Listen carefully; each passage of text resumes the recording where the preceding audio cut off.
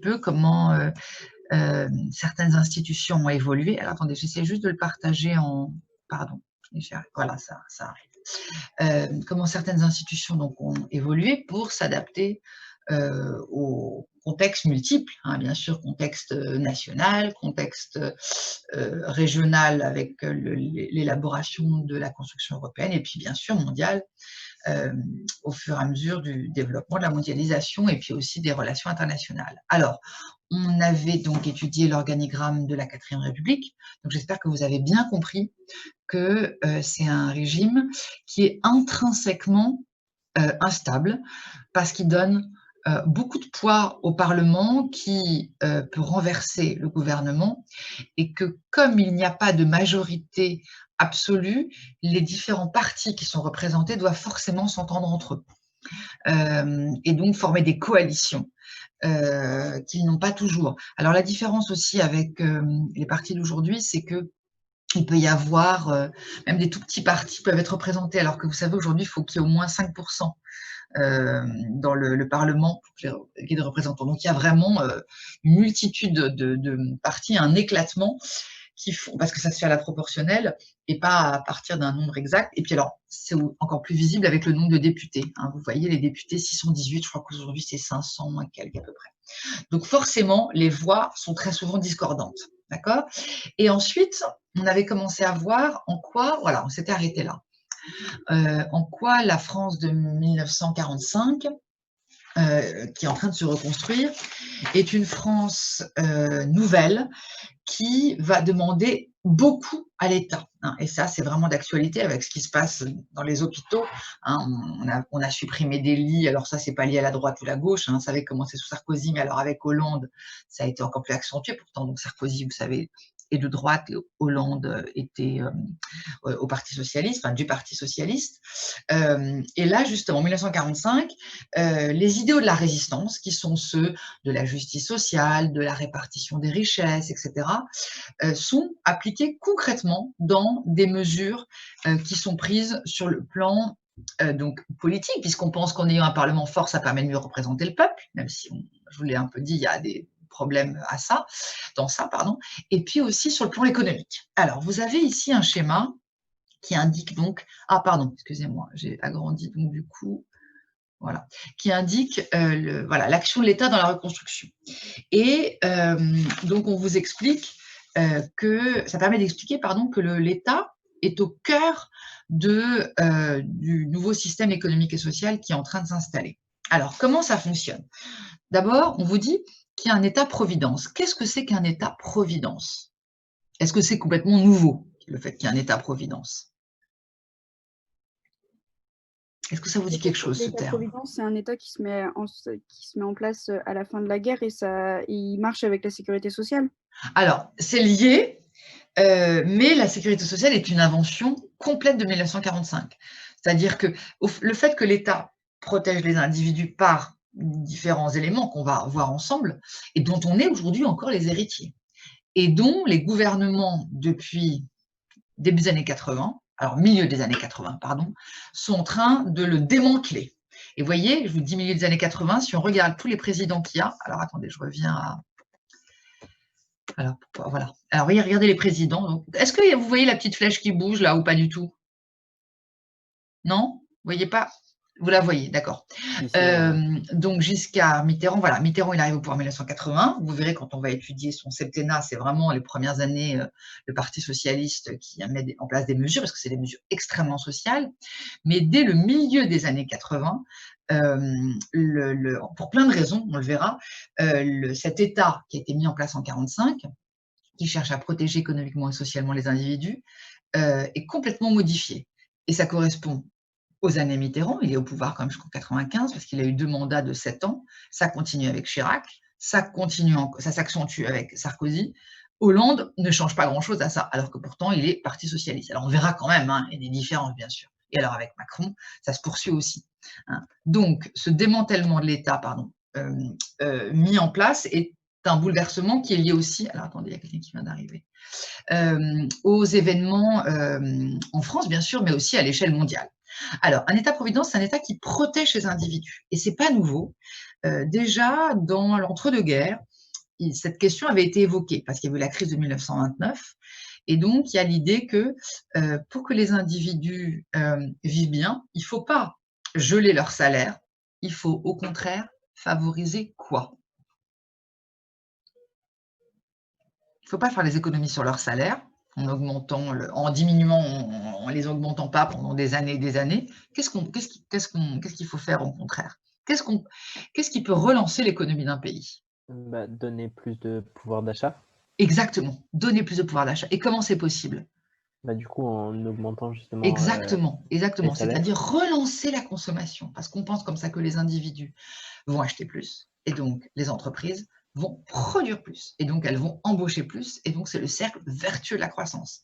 Donc ça passe par la hausse du pouvoir d'achat et donc la hausse des salaires, et ça passe aussi par des politiques de grands travaux, et tout ça doit être aux mains de l'État. C'est pas la France qui l'invente, hein, ça a été.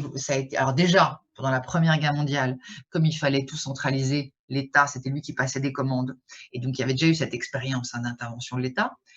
Et à nouveau, à partir de 1929, aux États-Unis, pourtant le pays qui est considéré comme étant ultralibéral, en raison de la crise de 29, Roosevelt, qui est président à l'époque, c'est un président démocrate, applique les idées d'un économiste anglais qui s'appelle Keynes, K-E-Y-N-E-S, et qui pense que l'État doit intervenir dans la vie économique et sociale en soutenant la consommation et en mettant en place une politique de grands travaux. Et c'est exactement ce que fait la France 15 ans plus tard, enfin 15-20 ans après les idées de Keynes.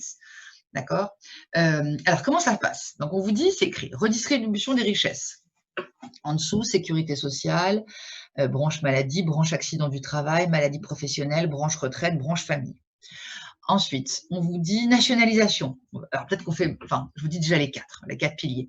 Nationalisation, planification, financement par la Banque de France et donc aide aux entreprises. Alors, effectivement, la première mesure, c'est la sécurité sociale. La sécurité sociale, qu'est-ce que c'est? Qui est donc inventée en 1945. Qu'est-ce que c'est? Quand vous allez chez le médecin aujourd'hui, il y a un médecin secteur 1, c'est 25 €, je crois, ou 23, je ne sais plus.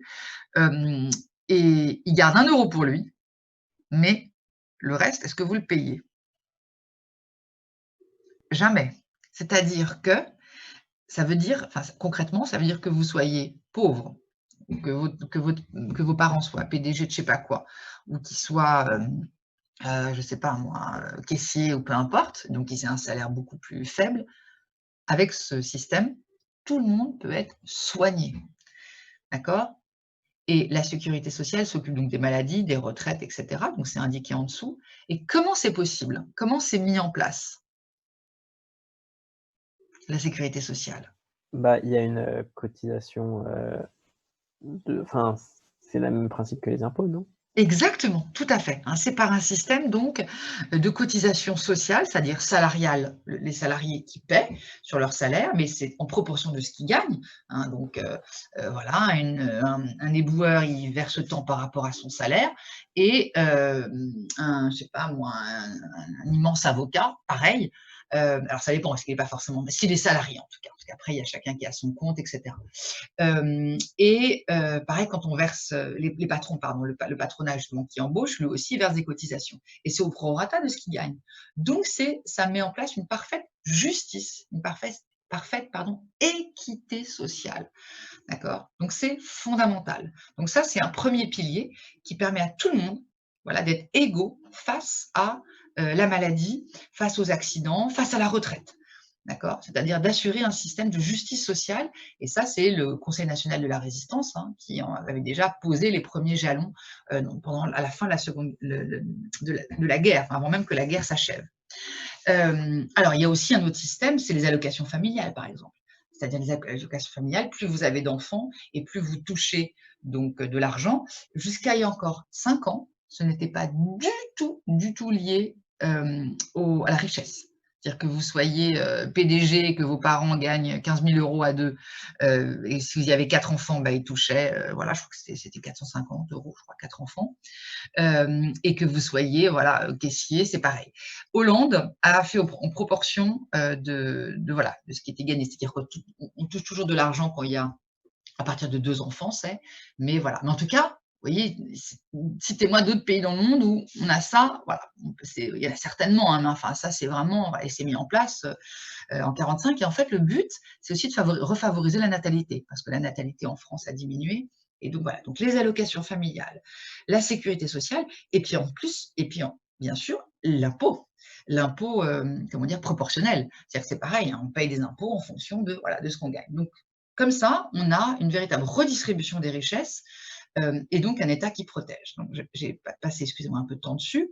Deuxième moyen, vous en avez peut-être déjà entendu parler, c'est les nationalisations. Alors, qu'est-ce que c'est que les nationalisations? C'est assez théorique ce que je vous dis, hein. Tout le cours n'est pas comme ça, ne vous inquiétez pas. Peut-être qu'il est plus aujourd'hui, mais il le sera moins après. Alors, qu'est-ce que ça veut dire nationaliser? Regardez ce qui est nationalisé. Crédit Lyonnais, Société Générale, Compagnie C'est de des France. entreprises qui sont du coup financées par l'État? Voilà, ça veut dire que les entreprises appartiennent à l'État. Ça veut dire que ceux, par exemple, qui travaillent dans ces entreprises, ils ne peuvent pas être licenciés. Alors, à part s'il y a une faute professionnelle gravissime, hein.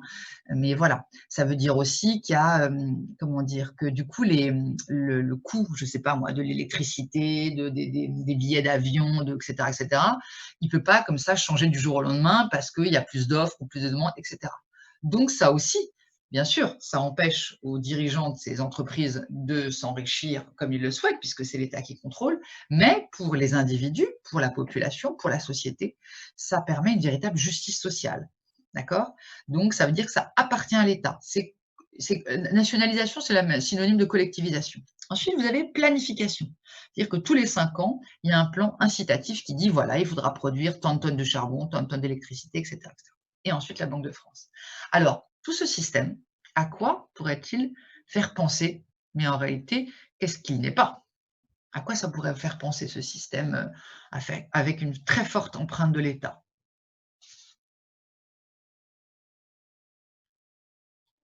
Protection des individus, redistribution des richesses, mise en place de l'impôt en proportion des revenus, cotisation, sécurité sociale, allocation familiale, etc.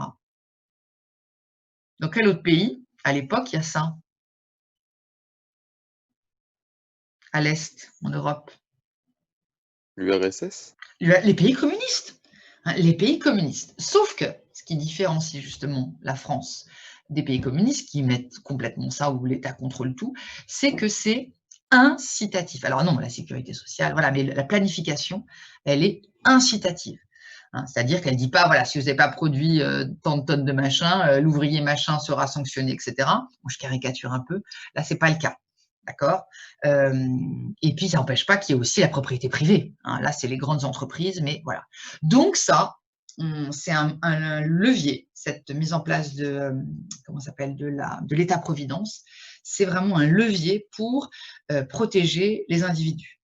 Et il y a le SMIG qui est mis en place en 1950. Alors, SMIG, c'est alors attendez, salaire minimum intergénérationnel. Et en 1970, ne retenez pas les dates spécialement, mais SMIC, salaire minimum je ne sais plus ce que c'est le C. En tout cas, la différence, c'est que c'est plus fondé sur l'inflation, le rapport à l'inflation. C'est pour ça qu'on a changé la dénomination. Donc, un salaire minimum garanti, voilà. Le premier, c'est salaire minimum interprofessionnel de croissance. Interprofessionnel. Voilà, interprofessionnel garanti pour le premier, et SMIC, comme il y a aujourd'hui, interprofessionnel de croissance. Ça veut dire que c'est en fonction justement de l'inflation.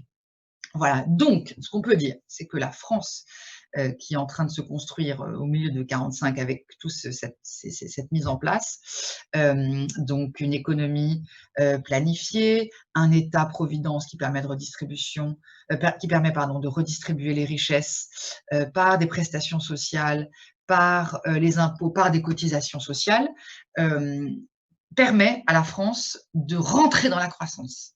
Et n'oubliez pas que cette période, à partir de 1945 jusqu'en 1973, c'est ce qu'on appelle la période des 30 Glorieuses, qui dure, en 1973, c'est la crise pétrolière qui y met fin. Mais voilà, donc nous, on a aujourd'hui un modèle libéral où c'est chacun pour sa pomme, où les entreprises n'appartiennent qu'à elles-mêmes et on fait ce qu'on veut, on délocalise, on fixe les prix qu'on veut, on fait selon l'offre et la demande. Ah ben, il y a beaucoup de gens chez Orange, alors on va augmenter le prix ou on va le baisser. On va délocaliser Nike en Chine parce que ça coûte moins cher, etc., etc. Donc, nous, on a ce modèle-là. qui creusent les inégalités, mais il y a d'autres modèles qui existent et qui ne sont pas associés à la dictature communiste. Hein, attention, d'accord? Et donc, ça permet donc à la croissance de redémarrer en France. Alors oui, excusez-moi, j'ai mis ça après. Donc, quand je vous enverrai le diaporama, il faudra vraiment que je fasse attention parce que je vous ai mis d'abord, je voulais inverser. Mais ça, j'étais venue dessus. Hein. Donc là, c'était pour se moquer de... J'inverserai. C'était pour se moquer de l'instabilité hein, de la 4e République, où les ministres changent tout le temps, etc. etc. Et alors, l'image d'après, on va y arriver pour la transition. Alors, dernier point que je voulais aborder avec vous, le grand C. Alors, moi, j'ai inversé dans mon cours, hein, mais bon, mon cours, de toute façon, je ne vous le déposerai pas, je vous laisserai juste le diaporama. C'est le rôle de l'État. Comment aussi peut-il être possible? C'est en créant une école, qui aujourd'hui d'ailleurs, vous avez peut-être entendu parler, extrêmement remise en question, pour créer des serviteurs dévoués à l'État. Une école donc est créée en 1945 et c'est l'ENA, qui veut dire donc École nationale de l'administration. Et alors, est-ce que vous en avez déjà entendu parler? Quel est son but? Alors, je vais vous montrer après le...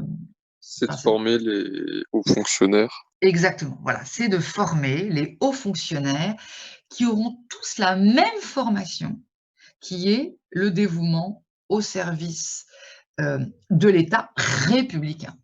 L'idée, premier, donc c'est une bonne idée quand même, c'est d'éviter que parmi les hommes politiques qui sont en France, il y ait comment dire, pas des dictateurs comme Pétain, mais des gens, oui, alors qu'est-ce que je pourrais dire comme synonyme? Des gens peu connaisseurs du système républicain, qui chercheraient à obtenir le pouvoir par la force, etc., etc. Avec cette formation qui est commune à tous, qui est exigeante en termes de diplôme. Hein, l'ENA, c'est très, très difficile. Hein. En fait, il faut faire Sciences Po, de préférence Sciences Po Paris. Et après, donc, on passe le concours. Mais ce qu'il y a, c'est que c'est une école où ce qui compte, c'est la place dans le concours.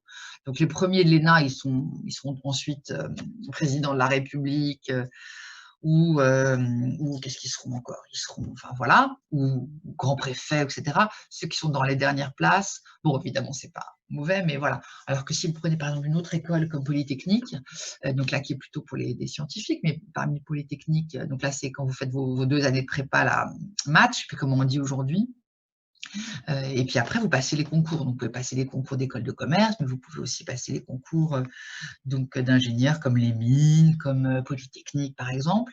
Donc là, ça forme plutôt des ingénieurs ou des militaires aussi. Et certains peuvent être ensuite dirigeants, bien sûr, d'entreprise. Mais là, bon, globalement, quelle que soit votre place, voilà, c'est quand même... Alors que l'ENA, pour ça, c'est plus exigeant encore. Et alors, cette photo-là, elle ne correspond pas à la 4e République. Je l'ai mise parce que les personnages qui sont entourés, mais c'est très peu visible. C'est des personnages politiques d'aujourd'hui. Donc, vous avez Ségolène Royal, vous avez Hollande qui sont entourés. C'est vrai que ça se voit très peu, hein, c'est vrai. Et puis, vous avez pas très loin aussi Dominique de Villepin. Dominique de Villepin, il a été ministre des Affaires étrangères. Ce qui est intéressant, c'est que vous avez des gens de droite et de gauche lors des promotions. Donc, ce qu'il faut que vous compreniez aussi, c'est que les hommes politiques qui sont formés à l'ENA, ça ne va pas décider de leur orientation politique, mais je ne pense pas que vous pourriez citer un homme politique qui a fait l'ENA et qui a des idées d'extrême droite ou qui a des idées d'extrême gauche, parce qu'ils sont dans un moule. Donc ça, quelque part, c'est aussi positif, parce que ça peut être problématique pour diriger un pays. Alors attention, je ne suis pas en train de dire que l'extrême droite et l'extrême gauche se valent. Absolument pas. Hein. Les extrêmes ne se valent pas. Ça, c'est vraiment voilà, une erreur de dire ça. Mais en tout cas, voilà, ils sont formés avec des concours très exigeants à être des serviteurs de l'État, un État centralisé. Hein, ça, c'est un héritage aussi historique de la France hein, depuis le XVIIe siècle. Unifié, hein, avec des préfets. Ça aussi, c'est un héritage napoléonien. Et républicain. Hein, républicains surtout, donc ils doivent prêter des serments et ils reçoivent donc un poste, une rémunération en fonction de leur grade et de leurs échelons. Et ça a permis de donner à la France une pépinière d'hommes politiques. Alors si on revoit les présidents, excusez-moi, si on revoit les présidents que je vous avais montré au début. Alors, Pompidou, je crois qu'il est... Alors, De Gaulle, non, parce que lui, De Gaulle, l'ENA est en train d'être fondée. C'est lui, en fait, qui a conseillé à Michel Debré de mettre en place l'ENA. Pompidou, je crois, il est énarque. Giscard d'Estaing, il est énarque.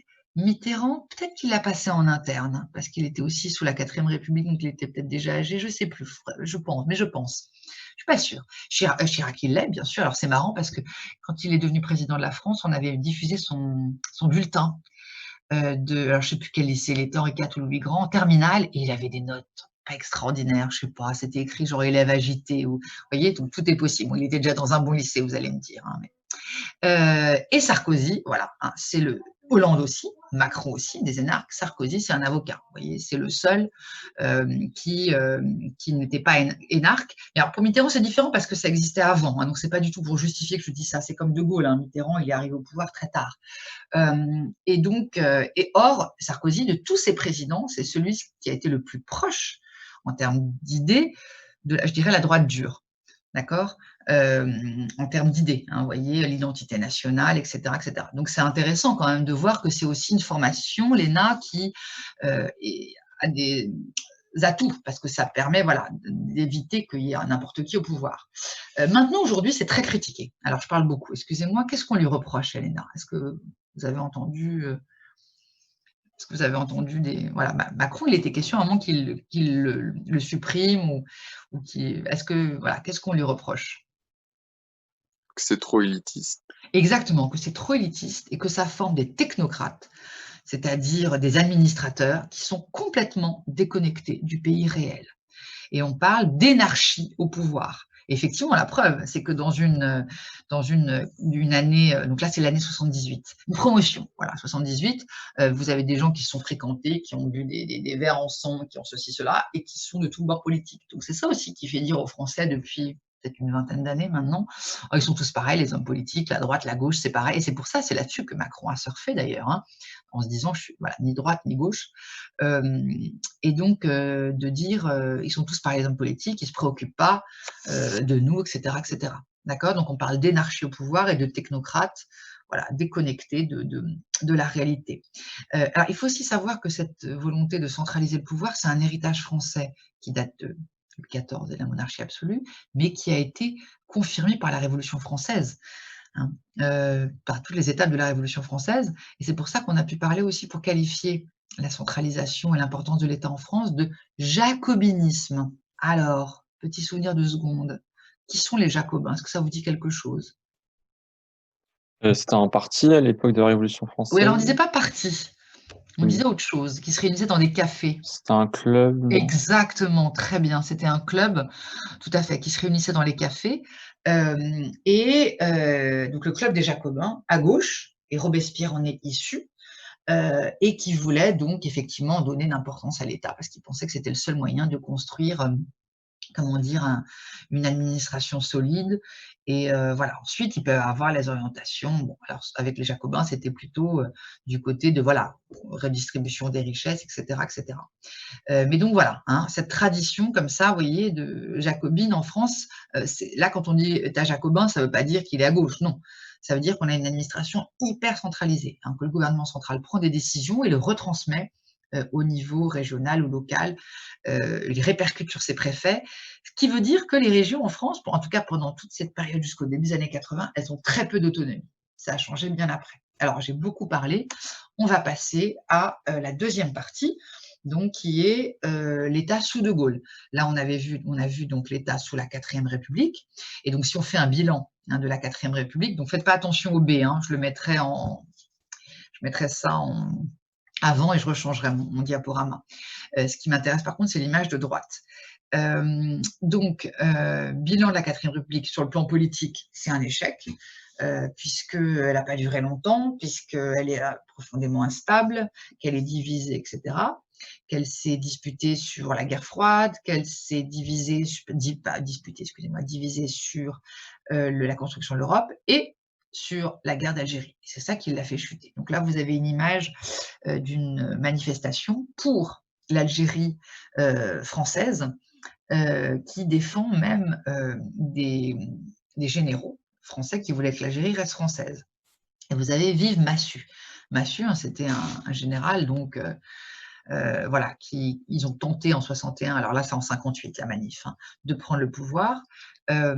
Et justement, comme en 58, la situation de la France est critique et que la 4e République n'a pas assez d'éléments pour la stabiliser, on pense qu'il faut faire appel à l'homme providentiel, si vous voulez. Ça, c'est pas nouveau en France. Hein. Il y a d'autres époques dans l'histoire où la France a fait appel à des hommes providentiels. N'oubliez pas que le pouvoir, en France, comme il est dans beaucoup de pays européens aussi issus de la monarchie, il y a une certaine forme de sacralité. D'accord? Parce que le pouvoir vient de Dieu. Donc, quand la monarchie s'effondre, et donc la dimension, et qu'il y a la laïcisation en plus de la société, la sécularisation, vous savez, sécularisation, c'est quand la société devient de plus en plus détachée de la religion. On l'avait vu, je vous en avais parlé quand on avait fait la carte des religions. Et c'est parallèle, ça, en France en tout cas, à la laïcisation. Et donc, ces deux éléments expliquent que la France, du coup, elle a gardé quand même cette tradition de sacralité.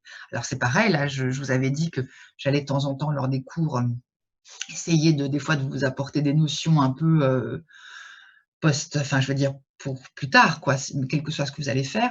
Il y a un historien donc du Moyen-Âge en France qui s'appelle Kantorowicz, qui parle des deux corps du roi. Les deux corps du roi, ça veut dire la partie sacrée du roi, qui est issue de la religion, en fait, auquel on ne peut pas toucher, et puis la partie charnelle, mortelle. Hein. Et dans le pouvoir, il y a ça toujours. Hein. Il y a la partie, voilà, il est intouchable. Moi, je pense au discours de Macron qu'il a fait lors du confinement. Comment dire, il y avait cette volonté d'être un peu le protecteur, si vous voulez jouer ce rôle protecteur que, quel que soit l'albord politique qu'il est, il doit assumer. Et puis la partie, on va dire, touchable, enfin je veux dire, critique, où on le surprend en train de faire ci, ceci, cela, etc. Et donc ça, c'est très important de comprendre ces deux aspects. Et en France, en raison de cette prégnance de la centralisation administrative et de la royauté, etc., il y a toujours l'idée que les Français ont besoin, alors c'est un peu la psychanalyse un peu vulgarisée que je dis, mais voilà, d'un père, voilà, du monarque qui va les sauver, si vous voulez. Alors, quand est-ce que dans l'histoire, il y a eu deux hommes providentiels avant De Gaulle? Vous le savez. Alors là, tout le monde, au moins un, le premier, vous le savez. Et je vous dis ça parce qu'on a comparé De Gaulle à ces hommes. Qu'est-ce qui met fin à la Révolution française? Napoléon. Napoléon, tout à fait. Hein, Napoléon, voilà, il est victorieux en Égypte et donc on pense que c'est l'homme qui va sauver tout le monde et donc on fait appel à lui donc par un coup d'État, les généraux l'aident, etc. Et puis ensuite, il y a son neveu. En 1852, c'est pareil, il est depuis 4 ans président, et voilà. Et donc De Gaulle, on pense en 58 qu'étant donné les difficultés de la 4e République, il peut trouver une solution à la France. D'accord? Et donc, il y a on pense qu'aussi, il va trouver une solution à la guerre d'Algérie d'abord, qui divise la France. D'accord?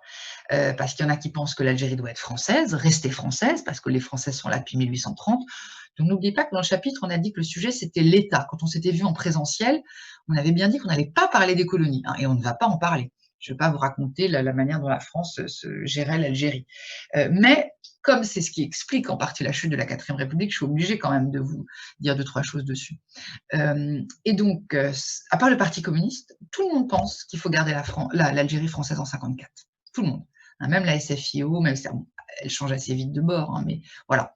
Et puis depuis 4 ans que la guerre dure, hein, donc la guerre a commencé en 54, elle s'achève en 62, voilà, on pense qu'elle coûte à la France, que les soldats, du coup, la torture est officialisée à partir de 55-56, même si c'est pas, visibilisé par tout le monde. Et donc, du coup, ça commence à être critiqué. Donc, il y a ceux qui veulent que l'Algérie reste française, parce que les Français sont 1 million et qui sont là depuis 1830, et que c'est un département, enfin 2 départements, et puis des autres qui pensent que voilà, c'est pas possible. Et De Gaulle, quand il est élu, il ne sait pas ce qu'il va faire exactement. C'est-à-dire qu'à la fois, certains pensent qu'on va l'utiliser pour garder l'Algérie française, et puis d'autres non. Donc il joue aussi, si vous voulez, sur cette ambiguïté, et puis surtout, il joue sur le prestige, bien sûr, de l'homme de la résistance. Hein, donc bien sûr, de l'appel du 18 juin, etc. Mais très vite, aussi, il est critiqué. Donc il vient au pouvoir, donc excusez-moi, en 1958, donc on va voir la 5e République, pardon, excusez-moi, qu'il met en place, dont on est aujourd'hui complètement les héritiers, mais il faut que vous compreniez que la République aujourd'hui qui est en place, que nous connaissons, comment elle s'installe. et elle s'installe dans une crise politique majeure, d'accord? Et que donc, ce qui explique son fonctionnement, c'est le contexte de l'époque, d'accord? Et justement, on va donc, voilà, alors je vous la montre. On va rentrer après dans les détails, on va y passer du temps.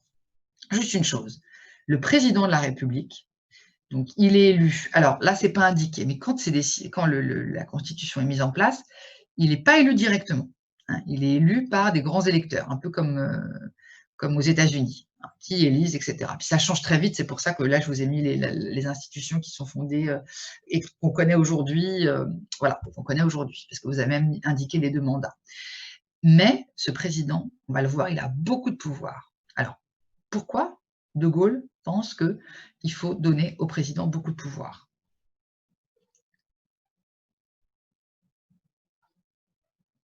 C'est en réaction à quoi?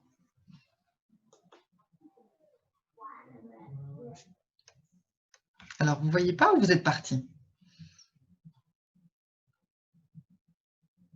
J'ai beaucoup monopolisé la parole aujourd'hui par rapport à l'habitude, hein, où je vous posais plus de questions. Peut-être aussi, du coup, je vais un peu trop vite. Il faut me dire, hein, madame, je ne comprends pas ce que vous venez de dire, etc. etc. Voilà. Donc, en fait, il a beaucoup de pouvoir en réaction à la 4e République instable, où il n'en avait pas. Et c'est pour ça que les historiens ont parlé, pour qualifier le régime de Gaulle, de césarisme démocratique. Et c'est pour ça aussi que j'ai fait la référence aux hommes providentiels et aux 2 empereurs qui avaient pris le pouvoir, hein, comme Jules César, Napoléon Ier et puis Napoléon III. D'accord? Alors, juste une chose sur la 4e République, j'ai fait un bilan négatif sur le plan politique, mais sur le plan économique et social, pas du tout, hein. La croissance de la France est retrouvée dès 1952, il y a une hausse de la consommation, il n'y a pas de chômage, etc. Donc le bilan est plutôt négatif sur le plan politique, mais sur le plan économique et social, pas du tout. Alors, on en arrive à la 5e République. Là, je ne prends pas du tout la parole. Je vous écoute. J'espère que vous n'êtes pas en train de faire autre chose, parce que c'est vraiment fondamental de comprendre comment ça fonctionne. Alors, donc d'abord, ça a été choisi par référendum, d'accord? Alors, le président de la République, quels sont ses pouvoirs? Déjà, regardez la couleur. Qu'est-ce qu'il a comme pouvoir? Exécutif. Le pouvoir exécutif, c'est-à-dire il fait appliquer des lois. Très bien. Ensuite, le pouvoir législatif est acquis. Déjà, on dégage tous les pouvoirs. Du coup, à l'Assemblée nationale et au Sénat. Et le Sénat, tout à fait. Donc, il constitue le Parlement, d'accord? Alors,